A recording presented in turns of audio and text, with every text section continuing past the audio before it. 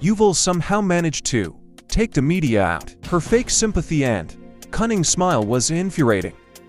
Selina said with similar attitude that congratulations on working with Saeed was at her words. Both Mazhar and Yuval face turned pale. Umaira's smile flattered for a moment. Knowing the implication of working with Saeed it was no secret that he demanded favors from actress to give them role. Umaira quickly regained her composure and said, "I feel proud of working with him. In this industry, becoming a part of dirty jokes is an old trick." Then her eyes flashed with hatred for Selina. "You have been out of the industry. Must be hard for you to understand." Selina eyes fills with pain. She had already suffered immensely during the past year. The rumors and dirty jokes circulating in the industry might be old but true. Their harsh word of Selina showing that her return wouldn't be easy. Despite the hurt, Selina remained composed, determined not to let Umaira see her break. This was just another challenge, and she was ready to face it head-on no matter how painful it might be. Umaira, without a hint of concern, continued to relish in Selina visible anger. How people climb the ladder of success doesn't matter, she said. No one see the way, they just see the success and praise it, and I am a successful actress and no one bothers the way. Umaira's victorious smile broadened as she grabbed her bag and stood to leave. She paused, looking directly into Selina's eye.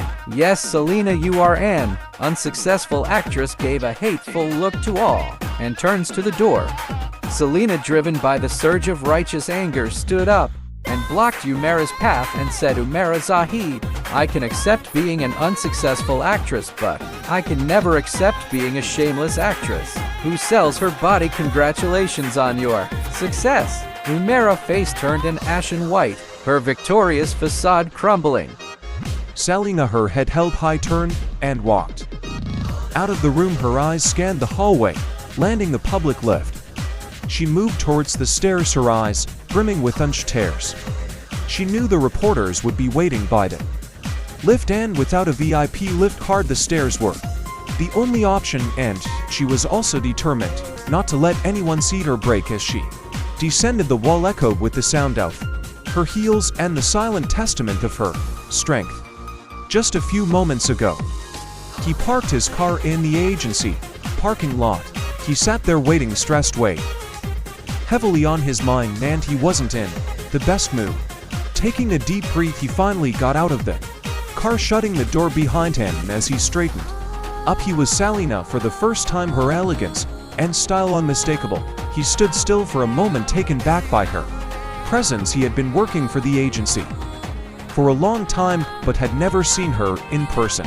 She was a familiar face to him. Actress were synonyms of plastic and fakery. Shaking his head, he stepped forward, adjusting his all-black three-piece suit and tie. His hair slicked back with gel accentuated his handsome features, tall height, and well-built physique.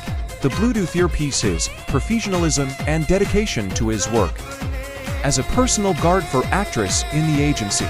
He was no stranger to the demands and risk of his job. Although not always necessary, personal guard were needed then. The potential risk against the high-profile actress. It was agency rule: more fame means more protection because of more enemies.